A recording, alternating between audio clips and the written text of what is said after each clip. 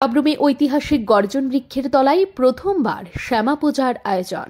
Sabroom bus stand থেকে পশ্চিমে অবস্থিত বহু বছর পুরনো একটি গর্জন বৃক্ষ স্থানীয় মানুষদের বিশ্বাস এবং আস্থার প্রতীক হয়ে উঠেছে। কথিত আছে, কোনো এক সময় কেউ এই গাছটি কাটার চেষ্টা করেছিল, কিন্তু তখন গাছটি থেকে রক্তপাত হয়েছিল বলে স্থানীয়দের বিশ্বাস। এই গল্প প্রজন্মের পর প্রজন্ম ধরে চলে আসছে, যদিও এর সত্যতা নিশ্চিত করা যায়নি। তবে গাছটি স্থানীয় মানুষের কাছে এক পবিত্র স্থান হিসেবে পরিচিত।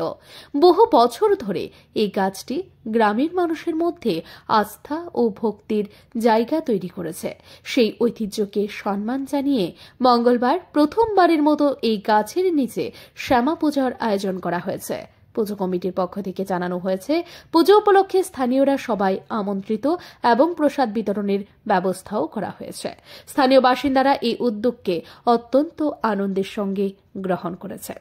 পুজো কমিটির পক্ষ থেকে জানানো হয়েছে, তারা সবাই এই পুজোয় অংশগ্রহণ করে ভক্তি এবং ঐতিহ্যের এই বিশেষ মুহূর্তকে আরও স্মরণীয় করে রাখবে।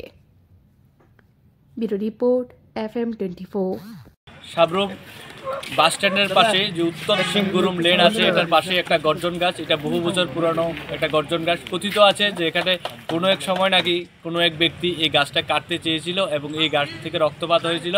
তারপর থেকে আমরা ছোটোবেলা থেকে দেখে আসছি, এখানে মানুষের আমরা ভক্তি এবং শ্রদ্ধার সঙ্গে এখানে আমরা ধূপকাঠি মোমবাতি জ্বালিয়ে আসছি এবং আমরা আমাদের এখানের এলাকাবাসী এবং সাব্রুম ফায়ার ব্রিগেড যে আছে, ফায়ার ব্রিগেডের যৌথ উদ্যোগে আমরা এখন প্রথমবারের মতো এখানে শ্যামা পূজার আয়োজন করেছি।